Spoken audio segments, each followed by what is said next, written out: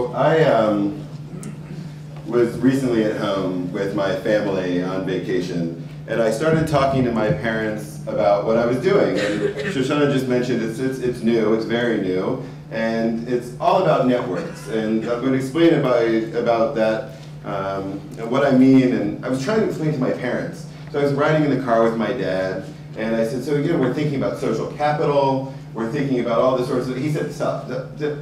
When you were in Los Angeles, did you check with your cousin David?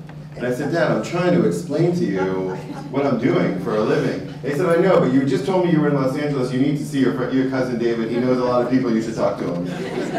Okay. So I started explaining again that I'm going to be working with young adults in Israel. He said, before you go on, did you see your cousin Sophie when you were in Tel Aviv last time? Because she knows a lot of people, and you should talk to her because she can help you. So you can imagine, it's a very long car ride. 2 hours I'm driving, trying to explain. I know everything about all of my cousins. My father still yet doesn't know what I did for a living. So that moment, to me, captures what's both new and what's old about networks. Because while we talk about social networks, and we talk about Facebook and Twitter, really, it's a very, very familiar thing to us, especially as Jewish people. Our cousins, our family, our social networks are what really created us as a people. When we exploded around the world in various places, we stayed connected through our family. We stayed connected with one another. We brought each other to the countries in which we lived in. We saved each other. We served each other. We celebrated with each other. We really were a network. So then, what's so different today about networks that isn't what we already know? It isn't essentially what my father was telling me while I was trying to tell him. And part of it is because there's just so much greater opportunity for us to stay connected, not just with our cousins, but with everybody we know.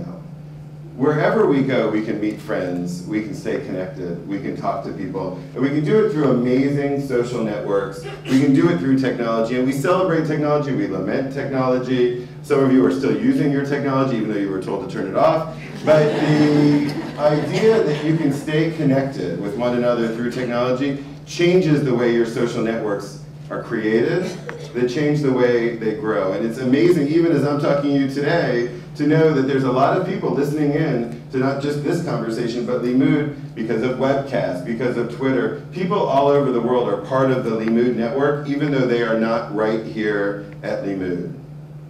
It's amazing. It's amazing. So one of the things that we started to realize at the foundation, and the Schusterman Foundation is really all about trying to figure out how to empower young adults. We do lots of things at the foundation, but one of the things we stay focused on, because of the vision of Lynn Schusterman, is to make sure that young adults can be empowered to embrace the joy of Jewish living, to more deeply connect with Israel, to take ownership in repairing and healing the world. And you can't do that alone. You have to do that with people that you meet. You have to do it with friends, with connections. And there are strangers in the world, and we know the other. We take care of the other, we meet them, but really they are the friends that we haven't just met yet. And that's what social networks can do for us. That's what our own social capital can do for us as well.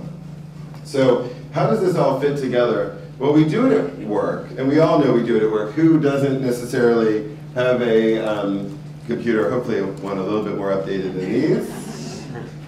I also talked to my father about this when we were in the car. But the idea that we can stay connected and we can work in global teams, and we can have offices in Jerusalem, and we can have offices in Israel and America, and then we can be working, that's what we do with technology. We stay networked together. But we also do it for fun. We do it for games that we play with one another, perhaps even while we're supposed to be at work. But the way that social gaming has changed the way we connect. And now people don't just do it online. They talk about it when they're actually in real life. They talk about games in the virtual world and the real world. They stay connected because they can stay connected. And then last, there's also of course, network that we do every Shabbat. Or at other times we celebrate together.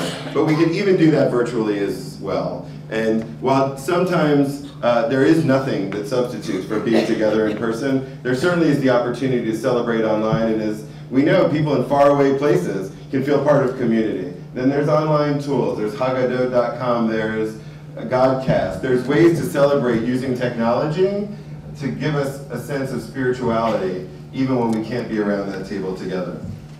So really, what networks allow us to do is to bridge our own social capital, the things that bond us together, and the things that help us bridge to one another. And that's really what social capital is. We also have wealth, we have wisdom, we have knowledge, but it's really what is inside of us that we drive to make our own commitments with, to our own passions with, that is the catalyst for us to desire to connect with one another. So we bond together around a common idea, and then we try and bridge others into that idea. And it really evolves into some amazing things. Because when somebody says, I can't afford an apartment, and she puts it on Facebook, the world can change. Because she has a network. And then she has a he, and he has a he, and he has a they. And all of them come out into the streets in what was, I can only say, an amazingly beautiful display, meaningful, to be impacting, hopefully not to be short, network of people to create something significant. In the state of Israel, also in the United States, and all around the world, we see people coming together because they have a shared passion, and something catalyzed them to leverage their social capital and their networks to create it. So what does this really mean? Oh, I jumped it, sorry.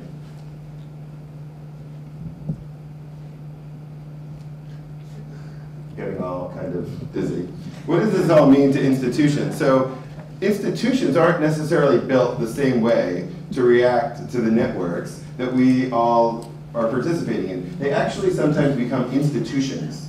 They become castles. They build walls and moats because they want you to get in, and while you're there, they like you to stay a while, and a while, and a while. And they do amazing things with you when you're in those institutions, but sometimes it's hard to get out. And sometimes it's actually hard to get in. So what really we start to see in the world is the institutional mindset isn't built for the individual networked mindset yet, because it can be. So the world looks a lot different when you think in a network mindset. It doesn't look like moats, and it doesn't look like walls. It looks like lines and dots, and that might be scary too, but it really can be an exploding way of thinking about the connections we build in Jewish life. So, but this chart too, which I've discussed with my father, doesn't make a lot of sense to a lot of people because you have to really break it down into real life. What does it really mean? What does it really mean? It means we need a new architecture for Jewish life. It means we need to design systems of Jewish life that are different than the systems we had before. The Jewish world today, we think, is built around a model of continuity, which is vital and important, and we need to survive and we need to endure. But it's also about contextuality. It's about bridging those things you care about with those things you want to do and doing it Jewishly, in a way that resonates with your Jewish identity, in a way that helps you translate your Jewish values into action that changes the world. So you go to great things and you see great people. And here is a great example at Limud. Music festivals bring people together. Burning Man in the United States is a point of celebration where people build community. It's not just about going, it's about building. Because when you create a network at an event like Limud, you really are building something special. You're building something to take back home.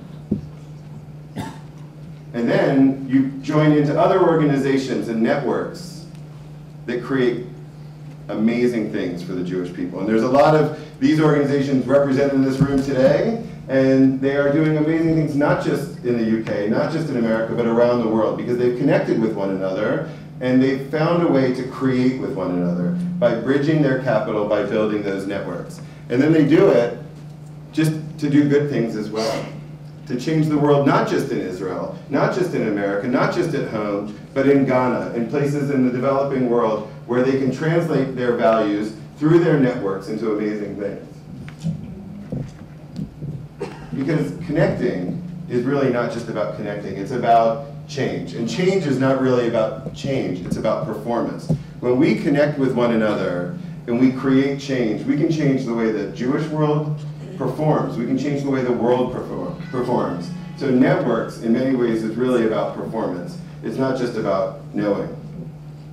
And so what we know is there is a miraculous output of outcomes related to networks. There are emerging communities in South Africa. There are amazing organizations developing in Israel that support giving gardens and things that create communities of Ethiopian Olim that come together not around necessarily a program or an institution, but around an opportunity to eat together and be together. And the miracles continue and they continue. And we play together. We play with the ideas, we connect with the issues, about the issues, and we experiment. And we drive the network even bigger and bigger and bigger. Because you can't just try once in a network and then let it go. You have to get feedback. You have to have feedback loops that allow you to understand even better how the network will react and will perform. So what we know when we start to experiment, and what we know when we play with these ideas, and we know we count on the networks to grow and expand, is that we, again, can do amazing things. Things that institutions can't do, but networks can. Your friends, your family, the people you are bridging into your strategic networks around the world can do things institutions can't. Including not just your old cousins, but your classmates too. So I was flying out to come to Limud, and I called my dad, so I'm going to mention you a little bit in my talk. I hope you don't mind. And he said, no, that's great. Sounds really good. Have a safe trip. Did I tell you that one of your classmates was in the newspaper the other day, and you should talk to him because he's doing something about networks too?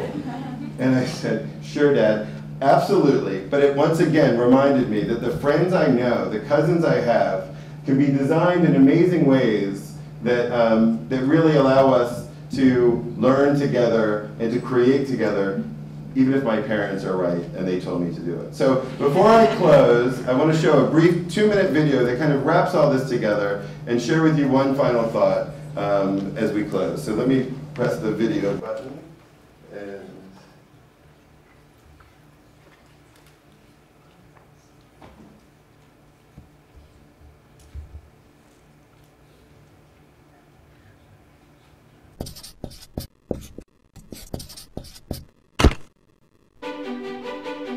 networks have always been essential to the Jewish community.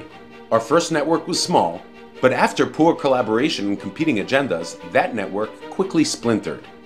Sometime later, God said, let's try this again. Learning from our mistakes, our network adapted, transforming from a group of individuals to a people.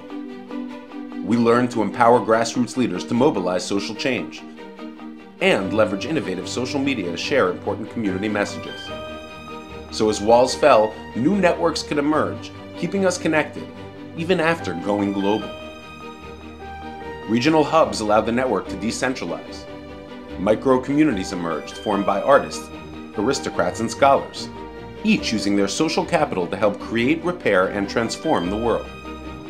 A global network was born. Adaptive, dynamic, and ever-changing, in response to crisis, in building a nation, in its role on the planet. Why is this history lesson important for today? Because times, they are a-changing. With social change happening in months instead of years, our future is accelerating at a rate faster than our current infrastructure can meet. Entrepreneurial use of technology and unique programming offer new ways for people to connect. Individuals wield more influence now than ever before, and an ability to understand global needs must be matched by an ability to respond to them. It is time for another flood, but one of collaboration and stronger connections with one another. A community with a network mindset will influence how we address problems and understand our joint responsibilities for finding solutions. It won't happen overnight and will require many small acts of relationship building, problem solving, and knowledge sharing.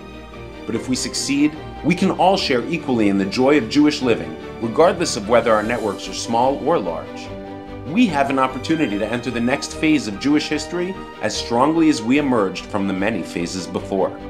Together, we can help shape the future and repair our world. With a shared responsibility and celebrated diversity, we all play a role in supporting a vibrant Jewish network. The question is, what role will you play?